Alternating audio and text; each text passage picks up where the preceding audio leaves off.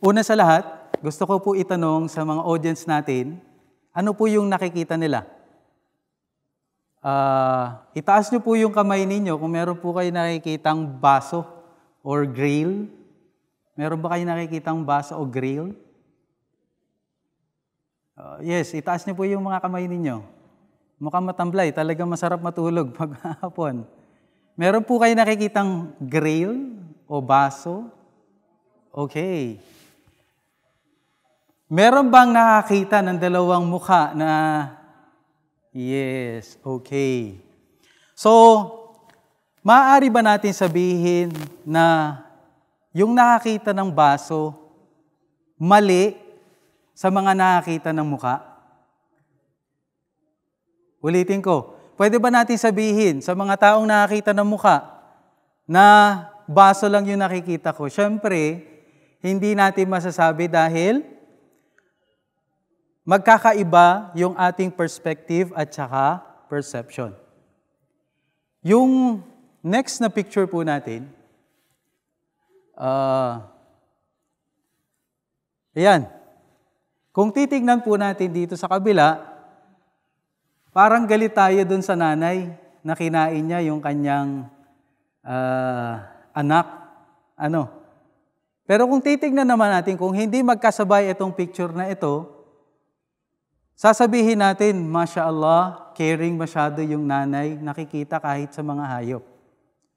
So, ang lahat ng ito ay naaayon sa ating mga pananaw sa buhay. No? Ang mga konsepto ng tama at mali ay karaniwang hinuhugot mula sa maraming aspeto ng ating pag-unlad bilang tao. Mga karanasan natin, pamilya, edukasyon, at higit sa lahat, reliyon at kultura. Ito po yung humuhugis ng ating persona. Ang kultura ay may malaking papel sa paghubog ng ating pamantayan sa kung paano natin pinapatakbo ang ating buhay. Sa pamamagitan ng kultura, natutunan po natin ang mga nakasanayang paniniwala, yung tradisyon, ang mga kaugalian na nagiging basehan natin sa ating desisyon sa buhay at mga kilos. Sa ngalan ng Allah, ang pinakamaawain, ang mahabagin, binabati ko po kayo sa pagbati ng kapayapaan. Assalamualaikum warahmatullahi wabarakatuh. Muli, sa inyong lahat at sa mga napaka-honorable visitors po natin na pinagbigyan po tayo para po umatin dito. Ano nga ba yung kultura at bakit natin dapat talakayin at pag-usapan? Ano ang kultura ng Qatar? Ano naman yung kulturang nakagisna natin mga Pilipino? Maaari bang magkaroon ng ugnayan yung dalawang magkakaibang kultura?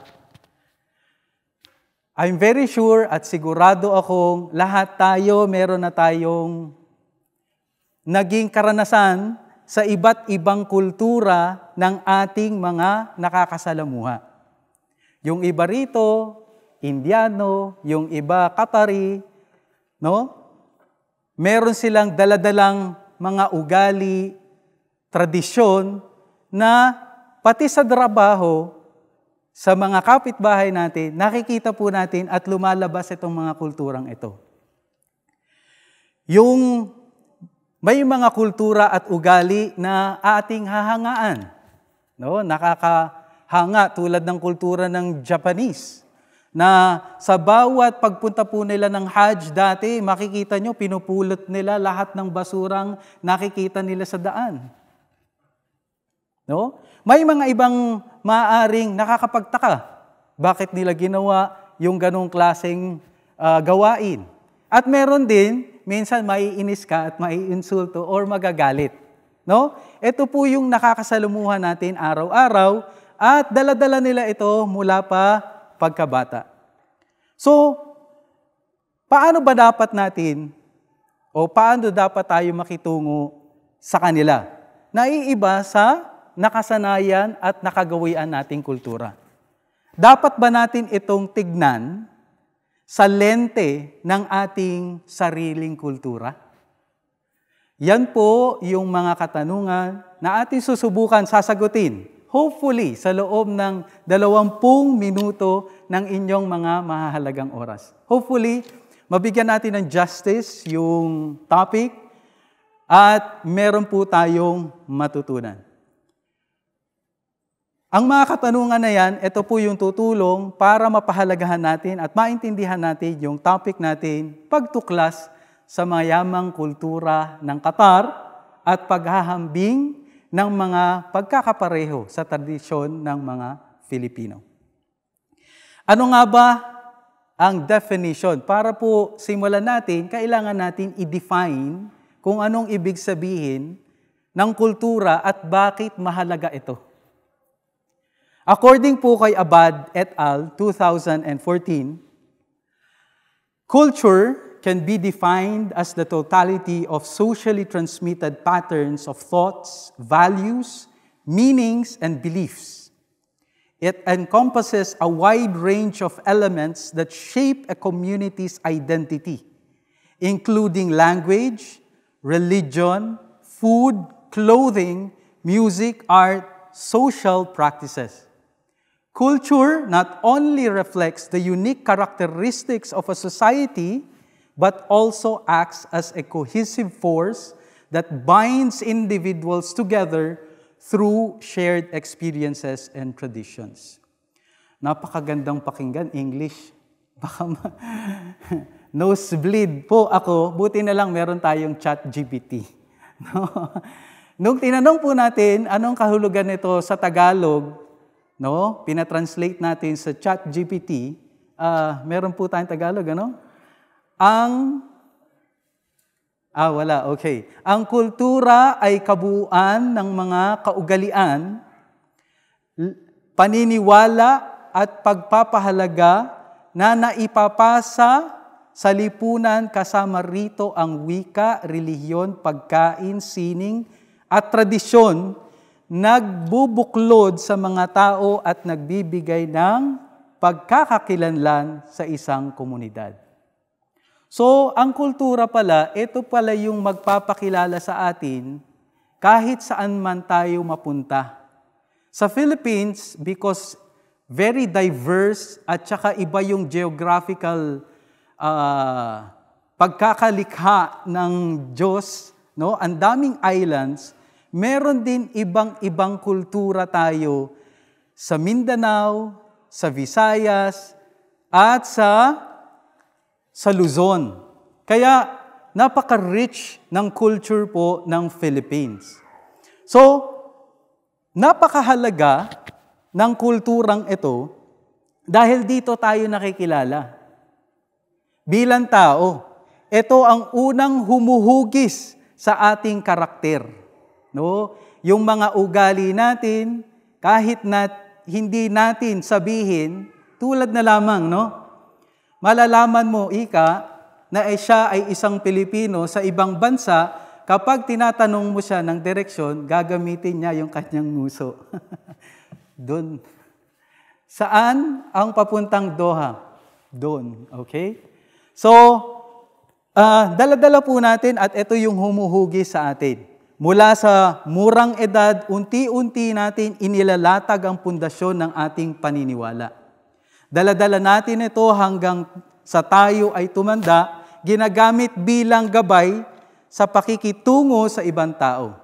Dahil dito, no, sa kultura natin, nagkakaroon tayo ng biases at mga prejudices.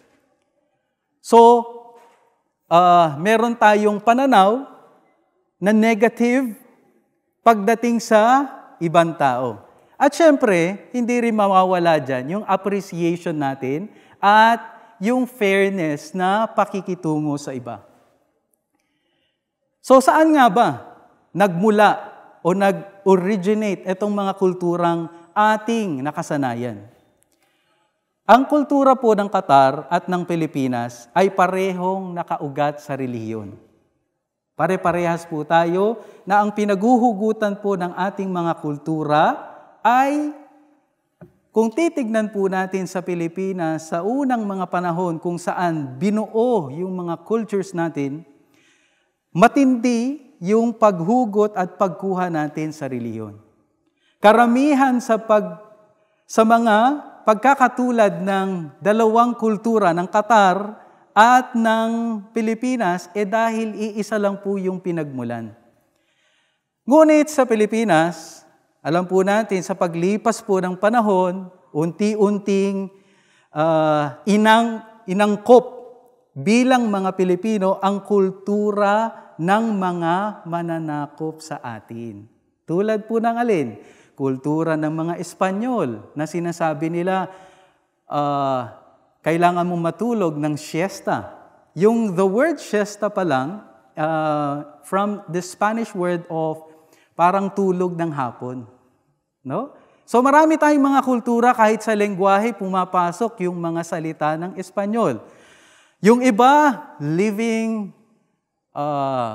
the life of the dream, the American dream. No? Pagka sinabing Americanized, napakasaya natin na natatawag tayong magaling sa Ingles. So, lahat ng mga ito, nakuha at na-adapt natin sa mga nanakop sa atin at sa mga kulturang nauna pa rito sa dalawang ito. Tulad ng mga katutubo at yung mga traders na pumunta sa Pilipinas.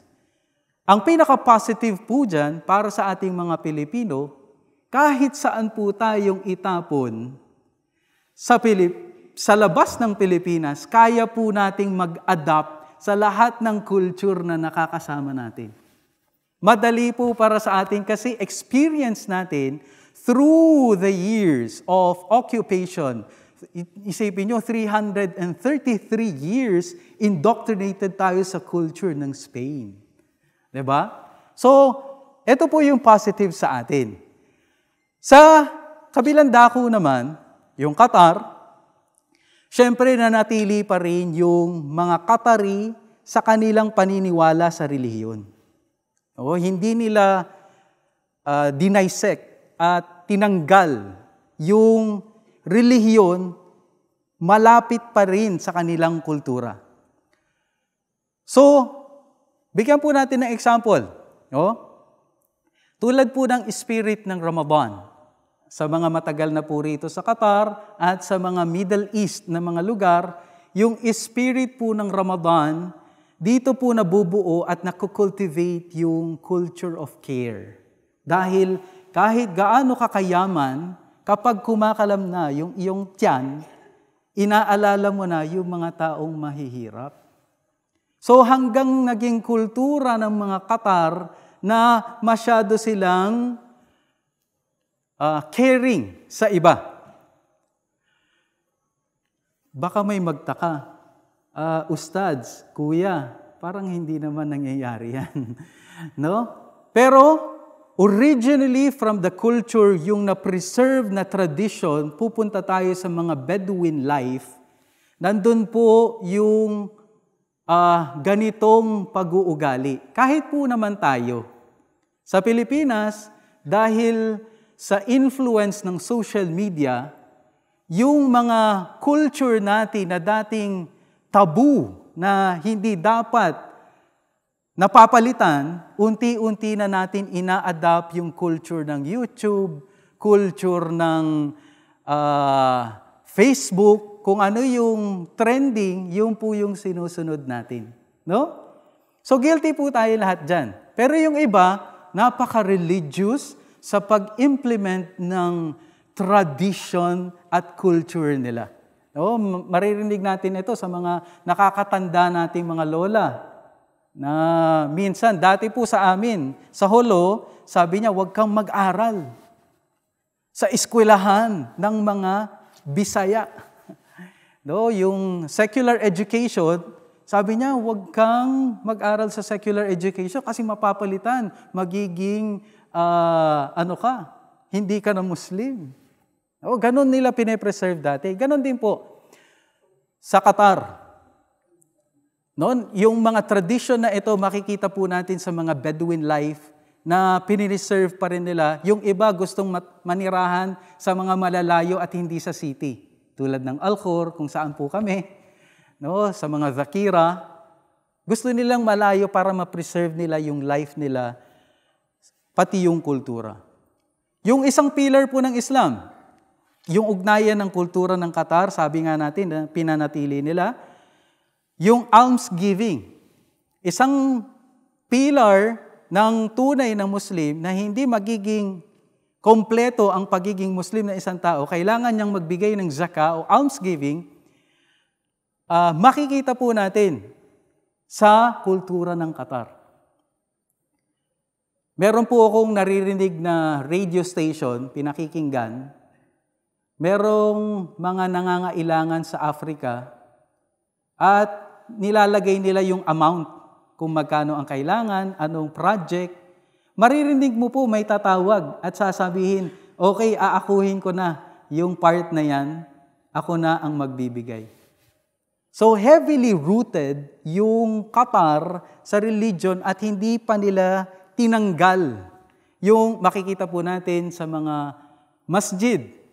Yung bahay dasalan nila rito, yung culture ng influences ng Islamic literature, yung mga design, yung calligraphy, at yung mga makikita natin mga sulat na napakaganda, which is influenced by Islamic tradition and religion. Ang love of the Prophet sa perfume, makikita po natin sa mga bahay or kapag may okasyon, sigurado kang makakita ng bukhur. No? Bukhur ang tawag doon eh. Ilalagay nila yung kanilang mga thobe sa loob para mangangamoy ng bukhur. Kasi ang utos ng propeta sa kanila, isa sa pinakapaborito ng propeta Muhammad sallallahu alaihi wasallam ay yung pagpapabango. Kaya na-transfer po ito at naging kultura nila. Pati na rin kasama na rito yung oud. Yung kahoy na maliit na sinusunog nila, no? Or nagiging oil-based siya na pinapahid nila. Ano yan? Sa mga turo ng Prophet Muhammad sallallahu alaihi wasallam. Isa pa sa mga turo niya, yung kamay na nasa ibabaw, mas mainam kesa sa kamay na nasa ibaba. Ibig sabihin yung nagbibigay. No? Kaya makikita nyo po, kahit hindi pa dumating yung masarap at karangyaang buhay ng Qatar, bago dumating yung oil, makikita po natin yung mga dough boats. Ang original na negosyo po talaga nila is pearl diving at saka sa sea yung kanilang negosyo. Patay po yung Qatar dito. Disyerto po lahat. Pero yung livelihood nila, ibig sabihin, ang kultura na yun, may responsibility yung tatay para i-feed. Ayon din sa katuruan ng Propeta Muhammad sallallahu alaihi wasallam. Na pinanatili din nila yung Bedouin life nila. Nakita niyo po yung pagkalaki-laking stadium sa Alkhor, no? Doon po nagka-opening. Ano po yung itsura? Ito po yung tent na usual na pinapatayo nila noong mga nakatira pa sila sa mga disyerto. Madali lang pong i-set up yun every time. Ewan ko po kung nakapunta po kayo sa National na Museum, ipinapakita nila kung paano pinapatayo dahil ang mga Bedouins, naninirahan sila para sa survival nila sa tubig at sa mga animals, kailangan nilang maglipat. So palipat-lipat sila, dala-dala nila yung mga tent nila, yung mga hayop, yung mga kambing, tupa, ganun po yung life nila. So, hanggang ngayon po, dala-dala po ng iba yung kultura. Kaya, wag po tayong masyadong magtaka kung medyo harsh yung pakikitungo ng ibang Arabo sa atin. Kasi nga, affected from the culture of roughness. Kailangan mong mag-survive sa init, no, sa pagkain, sa paghunt. Lahat ng mga yan, kailangan mong i-survive. So, sabi pa nga ng isang kilala namin sa ospital, dati-rati, noong wala pa ang mga aircon. Maraming namamatay na mga bata sa sobrang init dito sa Qatar. Isipin niyo po, yung mindset na daladala nila na maaaring mamatay yung anak mo pagkapanganak dahil sa sobrang init. So, kung iintindihin po natin itong mga ito, tulad po ng sa kababaihan, yung henna, parte po ito, hindi po ito tattoo, no? Beautification nila para sa kanilang mga husbands. Yung henna ay para maging beautiful sila, hindi para sa madla, pero para maging beautiful sila sa kanilang mga husbands. Ito po yung kultura nila. Yung arda. Ano po yung arda? Ito po yung nakikita natin kapag may kumakanta na may sword na dala-dala. Ang tawag po rito ay arda. Ganon-ganon lang, no? Kultura po nila ito. Masaya na po sila doon. So usually, makikita po natin ito sa kasal, lalatag sila ng carpet at lilinya, maghahawakan at itataas yung sword. Usually, Khaliji, ibig sabihin Gulf areas, ito po yung kanilang tradisyon. Isa pa po sa mga nakasanayan nilang medyo luxurious na sa ngayon, yung falconry. Yung mga falcon na naging part ng culture nila dahil ginagamit nila yung falcon para sa hunting. Ihahunt yung mga maliliit na ibon para yun yung kakainin nila. Ngayon, naging sports na siya. Hanggang sa nagkaroon pa sila ng ospital espesyal para sa mga falcons. Isipin niyo po, kaya napakahalaga po ng kultura, dito nila binabase kahit yung perspective na gusto nilang abutin sa future, kasi part ng infrastructure, yung pag-build ng hospital, especially for falcons. Diba sa atin, ang hirap na nga magkaroon ng ospital. Dito meron pang ospital ang falcon. Wala tayong masabi. Camel race. Camel, part ng kanilang pagta-travel dahil kaya nitong mag-imbak ng tubig ng pagkatagal-tagal. Ito po yung nagdadala ng kanilang mga kagamitan. So, kung isa pa sa mga tradisyon nila, yung nakakapagtaka, ewan ko kung napansin po ninyo, kapag magsasalam po yung dalawang lalaki at babae, napakatagal, ano? Siguro nasa 30 minutes. Oh, kamusta ka na? Kamusta yung lahat kinakamusta. Kasi, ulitin po natin, ang utos ng propeta, ang sabi niya, kung babati ka man, sabi ng Allah sa banal na Quran, kung babati ka man, sikapin mong mas maganda at mas marami yung pagbati mo. Para po maintindihan natin, pag sinabi niyang, Assalamu alaikum, Assalam, maaari kang mag-reply ng, Wa alaikumussalam wa rahmatullah. Ibig sabihin may dagdag. Pag sinabi mo ng, Assalamu alaikum wa rahmatullahi, ang sagot niya naman, Wa alaikumussalam wa rahmatullahi wa barakatuh. Ngayon, pag sinabi niyang kumpleto, Assalamu alaikum wa rahmatullahi wa barakatuh. Anong isasagot mo? Wa alaikumussalam wa rahmatullahi wa barakatuh. Kamusta ka na? Uy, may dagdag. Ngayon, ang sagot ng isa, okay lang ako. Kamusta yung pamilya mo? Kamusta yung alaga mo? Kamusta yung bahay? Kamusta? Naka-root siya sa Islam na tinuturuan silang dagdagan ng dagdagan at paramihin ng paramihin yung kanilang pagbati sa kanilang kapwa. Siyempre, tabu yung magsha-shake hands ka, lalaki sa babae. Hindi po pwede. As a sign of respect, doon sa mga kababaihan. Yung mga nakikita nyo pong suot po namin ngayon, puti, no? Dahil nga, kung makikita po natin si Sheikh Homer, yan po yung traditional na suot ng mga Qatari thobe. Tapos kung meron kayong makikitang parang tail, no, sa dulo, ibig sabihin Qatari yan. At yung may linya dito sa likod, Qatari. Pag straight lang, either Saudi. Tapos kung may mga tail naman dito, iba naman po yun. Yung itsura ko po ngayon, Para po sa kaalaman ng lahat, Yemeni. Okay? Kulang na lang ng sword. Baka hindi tayo papasukin ng security. No, meron silang dala-dalang dito na sword. Usually, handa sila para sa hunting din po yun. Or any useful matter na paggagamitan. Nakadepende po din yung kanilang suot. Pag winter, iba yung kulay. Bakit? Bakit kailangan iba yung kulay? Kasi yung reflection ng sun, diba, mas mainit siya kapag colorful. So, ganun din po. Kinakailangan pinapalitan. Kaya makikita natin, pati yung sa taas, yung tinatawag nilang shimach, pinapalitan yung kulay. Pagka winter, may color. Pagka regular, summer, dahil mainit, kailangan puti.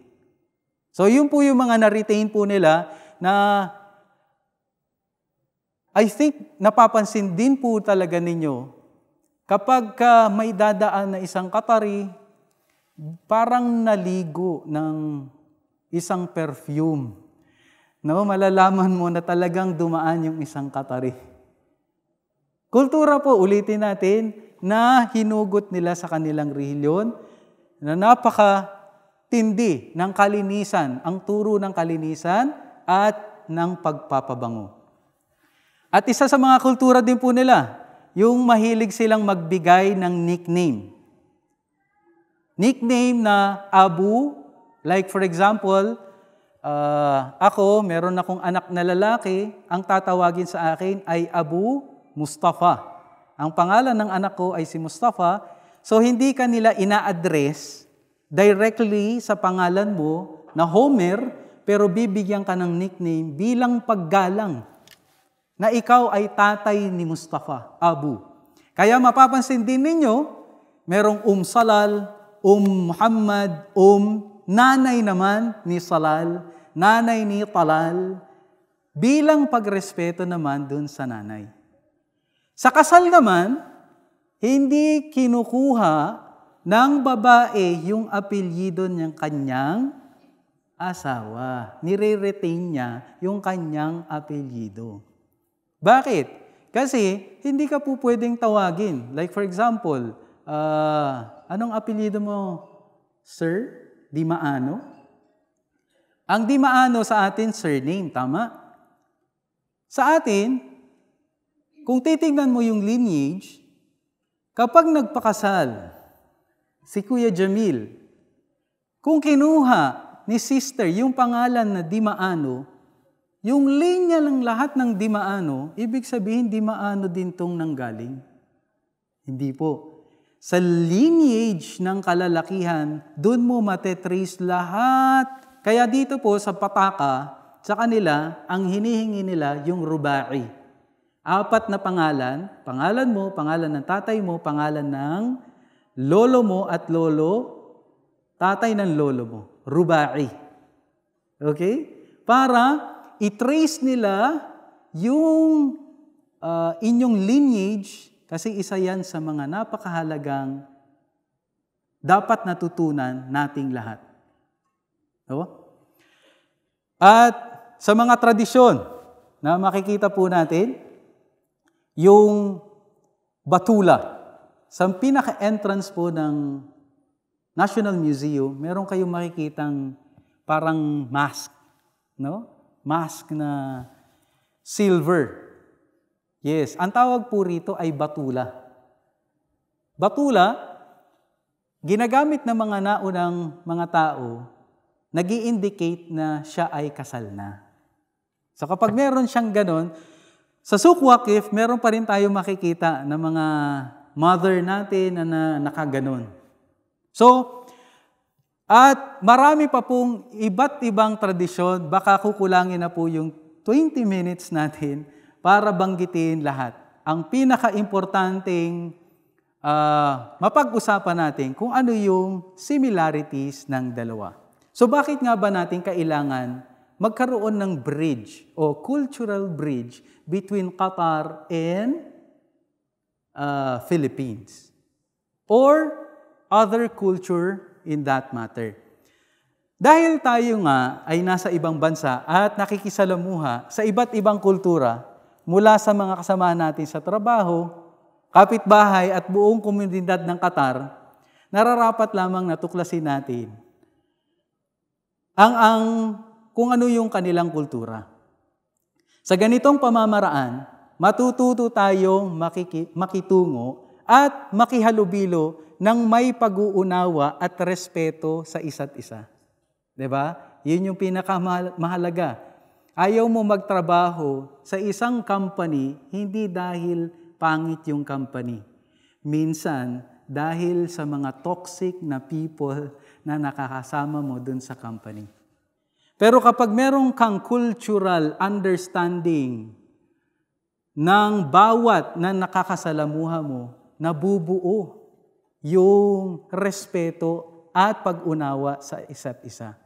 Ang pagtuklas ng kanilang kultura ay makakatulong upang mabuo natin yung sinasabi nating topic na bridging the understanding. Magkakaroon tayo ng pagkakaisa sa trabaho, mababawasan ang paghuhusga sa ibang tao, at mas lalo nating maa-appreciate ang ating mga kasamahan.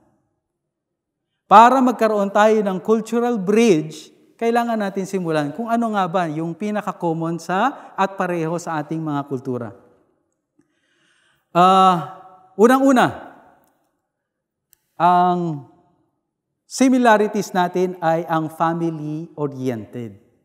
Parehas po ang Qatar at ang Pilipinas pagdating sa pamilya. Unang-una na po rito ay yung paggalang sa mga matatanda. Sa atin, makikita po natin, nagmamano kahit yung mga Muslim. Nagmamano po sila. Bilang tanda ng respeto. Dito naman po, iba yung respetong pinapakita nila. Hinahalikan nila yung noo. Minsan pa nga yung kamay, minsan yung paa, sa sobrang respeto nila sa kanilang mga magulang.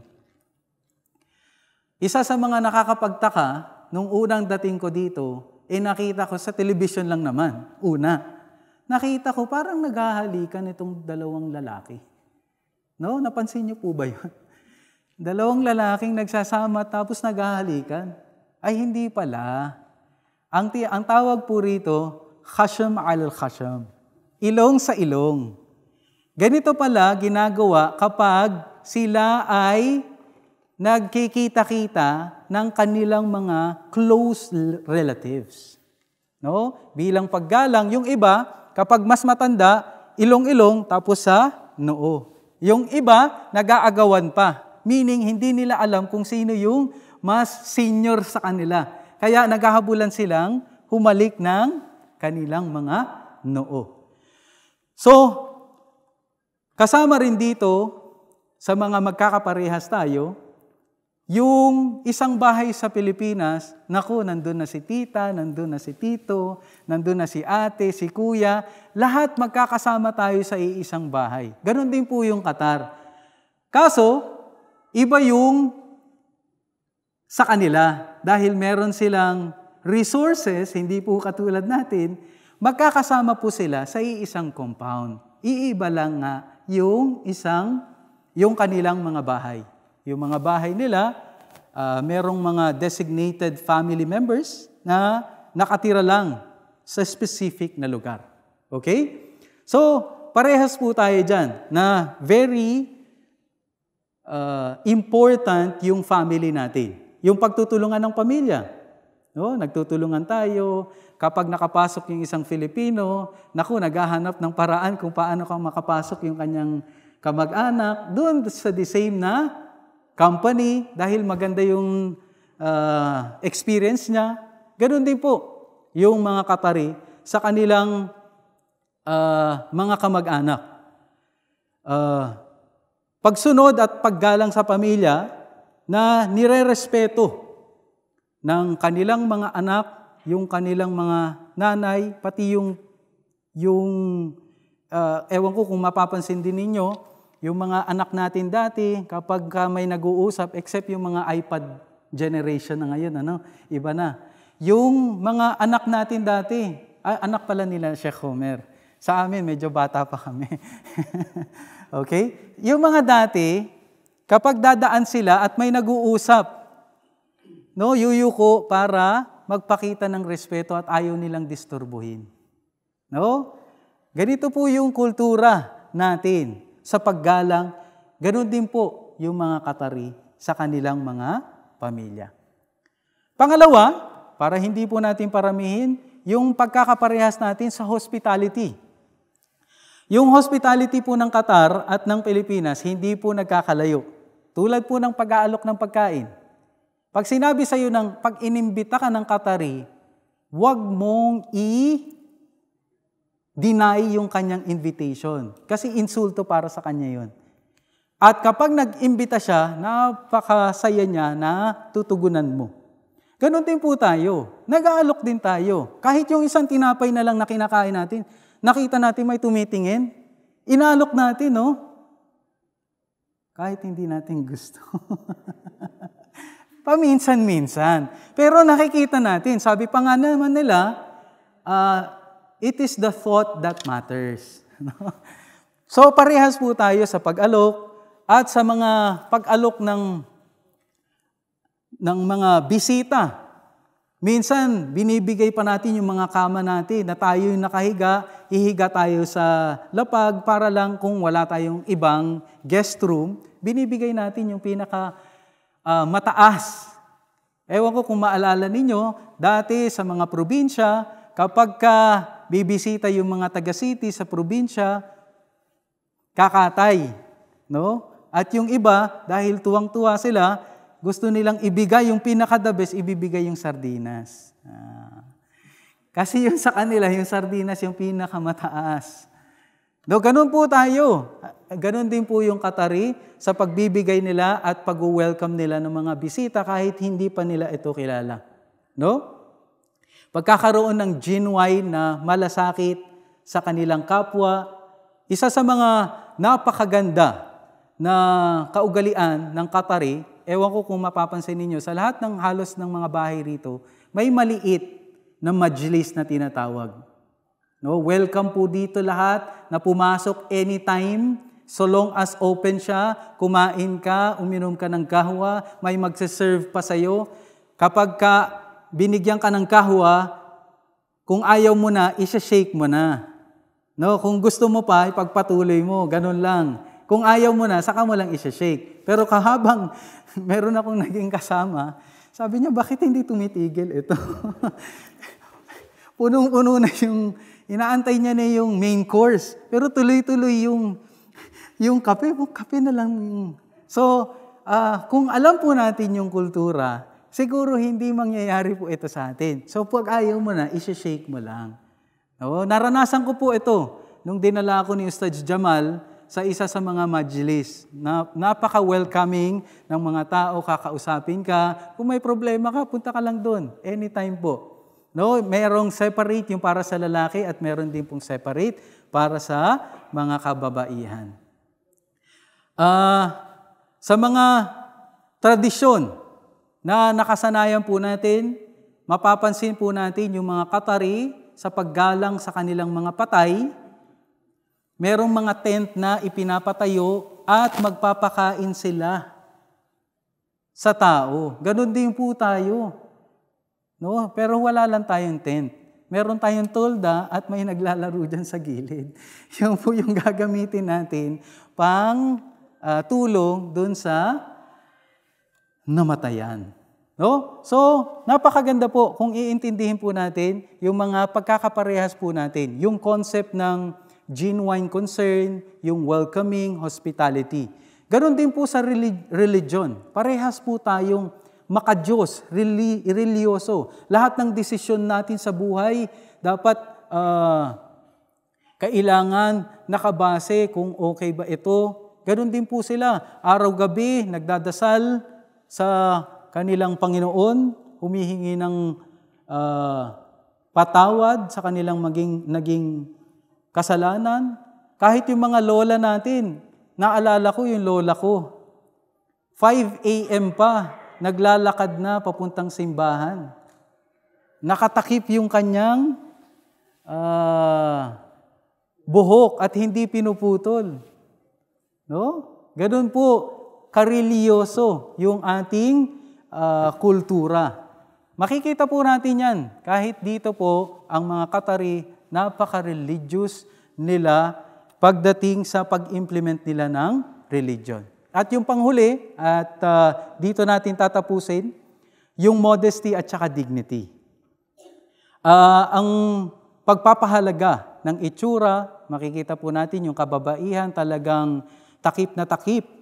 No? Kasi yung beauty nila is not for public consumption. Their beauties are solely for their husbands. Kaya mapapansin po natin, yung ghira, meron din tayo niyan, na talagang pine-preserve ng mga Qatari yung pag-segregate ng kababaihan at kalalakihan. Nabanggit po sa akin ni Kuya Jamil na sa Batangas hanggang ngayon yung pamanhikan pinapractice pa rin nila tulad ng pag-practice sa atin sa Mindanao na talagang ginagalang, nire-respeto yung magulang, magdadala ng hindi basta-bastang dinedate, kakausapin yung magulang bago magsimula at papakasalan muna saka magsasama. No? Ang Qatar ganito kastrikto sa kanilang pag-implement sa kanilang kultura. At marami pang iba, subalit hindi nga sasapat ang ating mga oras para banggitin ang lahat. Kaya kung sino pa ang gustong magkaroon ng karagdagang kaalaman sa kultura ng Qatar, magbasa lang po sila ng tungkol sa Islam. Kasi hindi po naglalayo yung mga katuruan ng Islam at sa kultura ng Qatar. Kaya napakaganda ng ating natuklasan na marami pala tayong magkakaparehas na kultura. Kailangan lang natin buksan ang pintuan ng unawaan at madidiscover natin ang napakayamang kultura ng iba. Huwag po natin isara yung pagkakataon, madiscover itong mga beauties na ito. Lahat ng mga pinapractice na kultura ng iba, nararamdaman po nilang tama ito at ito yung pinakamaganda, buksan natin, marirealize natin, maganda nga siya.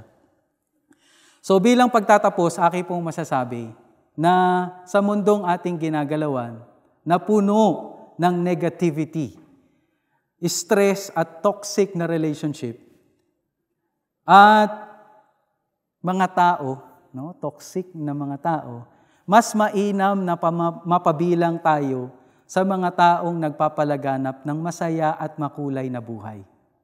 Less ang stress, malayo sa toxic na relasyon, pagpapalaganap ng positive vibes.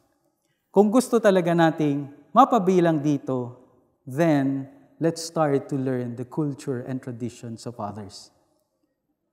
Kapag atin sinimulan ang ganitong pananaw, unti-unting mabubuo ang magandang aura natin. Bakit kailangan natin ng aura? Kapag nagkaroon tayo ng tamang pag-intindi sa kultura ng iba, anong mabubuo? Ito lang yung aura. Sa mga Muslim, ito lang yung aura na dapat mong ipakita. Unang-una, ang A para sa appreciation. Kapag inaaral mo yung kultura ng iba, magkakaroon ka ng appreciation sa kanila. A, at U, kapag iniintindi mo sila, understanding, hindi ka huhusga. Yung iba mabaho, yung iba ganito talaga yung kultura nila. Hindi ka huhusga dahil naintindihan mo sila kung saan nila hinuhugot yung kanilang nakasanayan. Appreciation, understanding, at pagka meron ng itong dalawa, magkakaroon ka na ng respect sa kanila. Kapag meron ka ng respeto, maa-accept mo na kung sino talaga sila. No? Kapag nabuo mo tong apat na ito, magkakaroon na ng harmony. Harmony either sa inyong community, sa inyong kapitbahay, sa inyong workplace, no? Kaya ito yung isa sa pinakamagandang ingredient para sa happy life. You have to have a positive aura. Okay? So, I hope hindi po natin makalimutan, kahit ito lang po yung take home natin, let us appreciate, let us understand, let us respect, accept, so that we might have harmony. So, ang tamang pakikitungo ay nagsisimula sa pag-unawa at pagbibigay galang sa pagkakaiba-iba. Hindi dapat natin husgahan ang kaugalian batay lamang sa ating nakagisnan, kundi subukan nating tignan mula sa kanilang pananaw at maunawaan ang kanilang pinagmumulan. Sa maganitong pamaraan, mababawasan ang hindi pagkakaintindihan at mas madali tayong makakabuo ng mas magandang samahan.